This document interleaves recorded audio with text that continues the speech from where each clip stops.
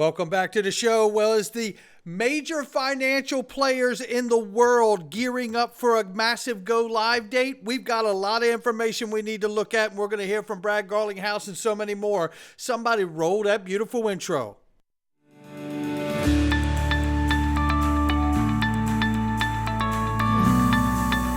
Digital Perspectives with Brad Kimes. Come on in.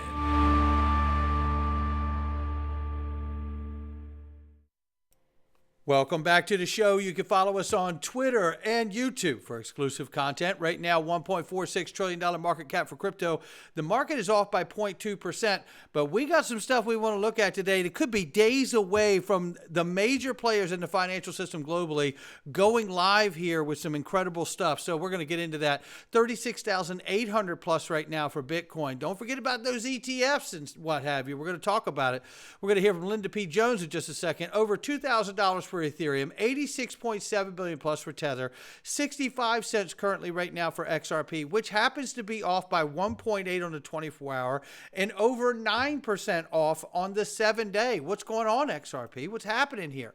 Ranging between 65 and 67 cents this morning. We will keep an eye on it. Go watch that video from this morning. Technical analysts are saying we got a breakout that is imminent headed our way, ladies and gentlemen. And then I wanted to tell you about this right here. It's Miles Franklin, ladies and gentlemen.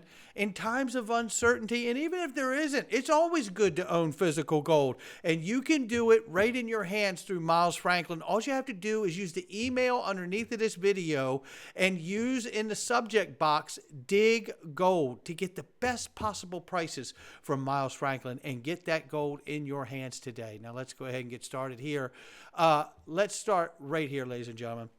Chad Steingraber, who's an incredible influencer and researcher on X, and he says here, this isn't your favorite crypto crap coin. No, this is your almighty US dollar. Godspeed, my friends. Well, yeah, you know, and to you too, Chad. And thank you and Game of Trades for this information here. Look at the purchasing power of the US dollar since back in the 50s. Disgusting. Absolutely disgusting, right? You know, I even played a clip from Lynette Zhang over the weekend, who had basically remarked that the average income in 1970s was about $9,300, $9,500 a year, and you could raise and feed a family of 4. And then currently today, average income is about $55,000, $57,000 a year, and you need both spouses working, and you're living paycheck to paycheck. That's what we're talking about here. And there's a reason for all of this, and I'm bringing this up. I'm setting the table, right? So we know we also covered over the weekend the Moody's downgrade to U.S. credit outlook from stable to negative.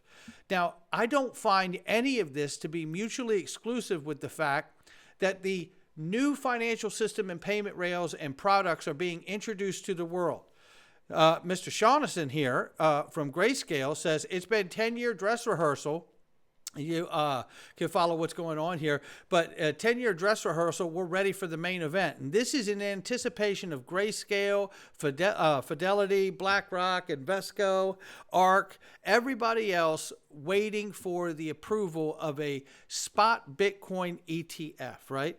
And what's important to remember about that is in a spot Bitcoin ETF gets approved, they're going to have to buy the assets to back the ETF, right?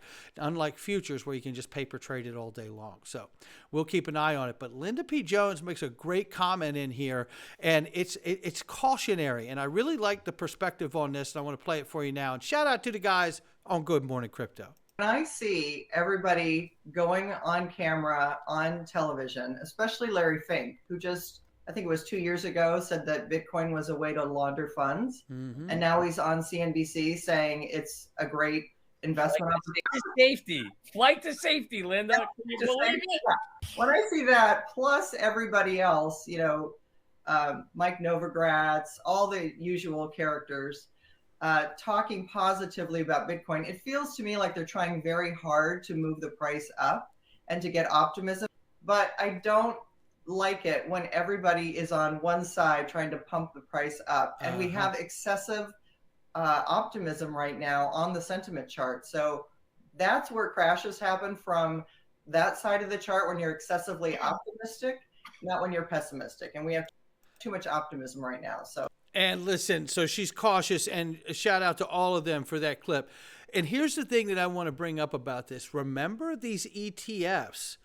This is just a product that these large entities would offer to their clients.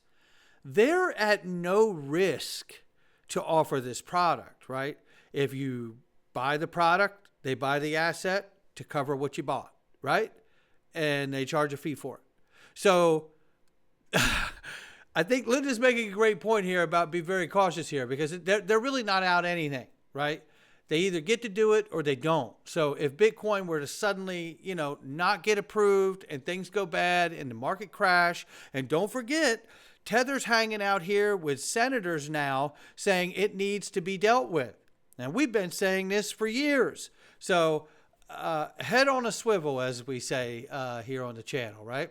But I don't find these events to be mutually exclusive with the downgrade of the dollar and the credit of the country.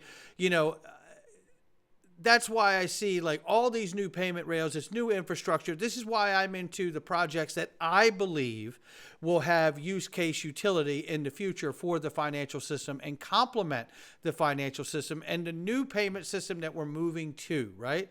Now, Wall Street Bull says here, a huge alert, mark your calendars, XRP community. The migration weekend set for November 2023 signifies major leap. Business day on November 20th. So if we get into what he's talking about here, weekend of 18-19-2023, and for business day Monday, November 20, 2023 as well for CBF and SWIFT releases. And this is all based around different payment networks in the ISO 20022. Now let's quickly move to this, because this reinforces that understanding about ISO, right?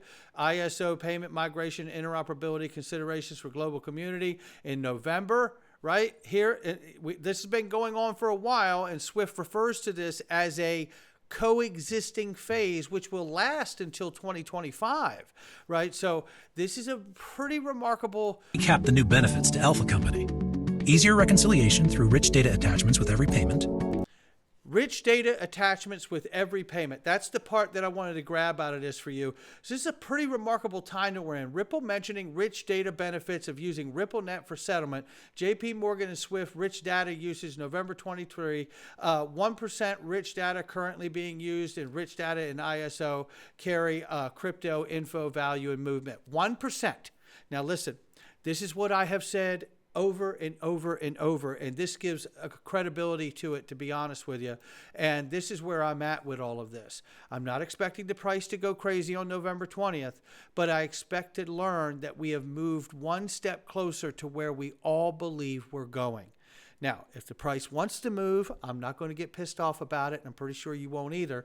I'll be happy about it. But now, less than 1% of that is expected to carry rich data elements. So this is a part of that whole start of the coexisting phase. Now, this is why I also say, it says here, we now expect 15 to 20% of total cross-border payments traffic to be originated in the ISO 20022 format at the start of the coexistence. 15, 20%. This is a more leaning into what we talk about all the time, phasing it in.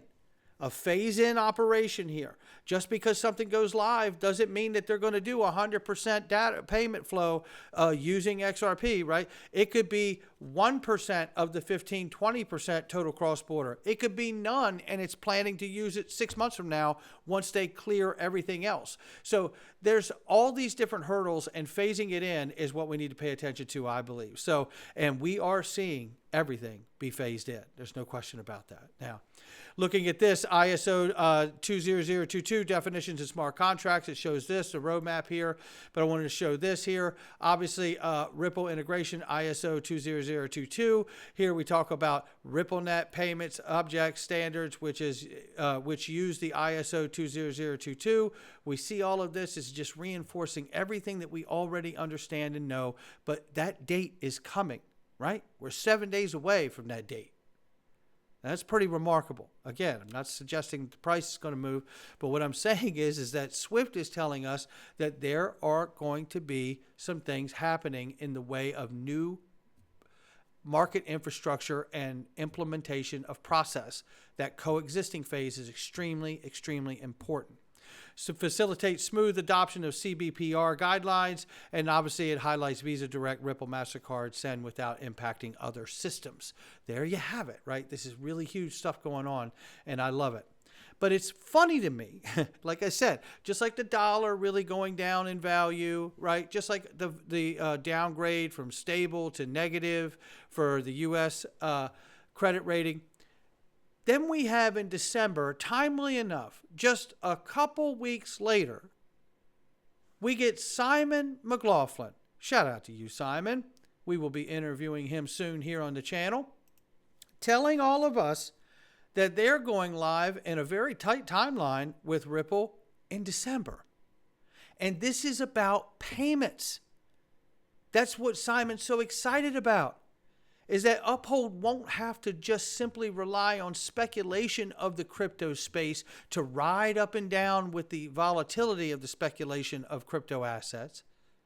They're going to build out B2B and payments and serving that larger market, which is a daily market. Flows, which is a much nicer business than the sort of very feast or famine nature of retail. Tell them, Simon. And this is a poster child for the kind of deal that we want to do and how we want the platform to be used, because it generates potentially higher quality revenues. And we've got other similar deals in the platform. And the other thing that's significant from my point of view is it's an example of how we're plugging Uphold as a platform into a large installed user base. Mm-hmm. So the Uphold ODL platform already handles hundreds of millions of dollars of flow a year. So it's not like you're plugging into a startup and you're inheriting execution risk. So for us, it's a very exciting project. It goes live on a very tight time frame, actually. We've got the first live trades due in December. That is remarkable to me. And as he said, you're not running the risk of like some startup thing, not knowing how this is going to work. They know it works, right? This is hugely positive to me. Then there's this. Reminder, Ripple has partnered. This is from Brad Garlinghouse over the years past. He said this multiple times. Ripple has partnered with several central banks around the world. Some we've announced, and some we haven't yet announced. Again, then there's this quick clip. Take a listen. We announce our customer relationships when our partners are ready to announce that. And that speaks to, I believe, the Ripple Uphold partnership. And there's a reason why they're ready to announce that. Now, could they be serving needs that are coming that involve ISO 20022 because it's payments based and B2B, financial system oriented? They don't have to hold the asset, but they get the advantage of using it. That's why this is an exciting space to be in, right? It really, really is. It really, truly is. Then there's this from the World Evil Forum. But take a listen. Many of these crypto assets are offered from places that I would call sunny places for shady people. You're shady. Can you give an example? That's a shady place. I think we all know the kind of locations that we... I remember that specific World Economic Forum too, and I remember this woman being extremely rude to Brad Garlinghouse, but I digress. That we're talking about. So we need to have a global framework to regulate this. It doesn't make sense to just have national approaches. I think this is truly global in nature. And so we have been working concretely, and then I'll stop, on updating our regulations on global stablecoin arrangements. And global stablecoin arrangements. Global stablecoin arrangements. Now think about all of this, right? The financial system, the coexisting phase, right?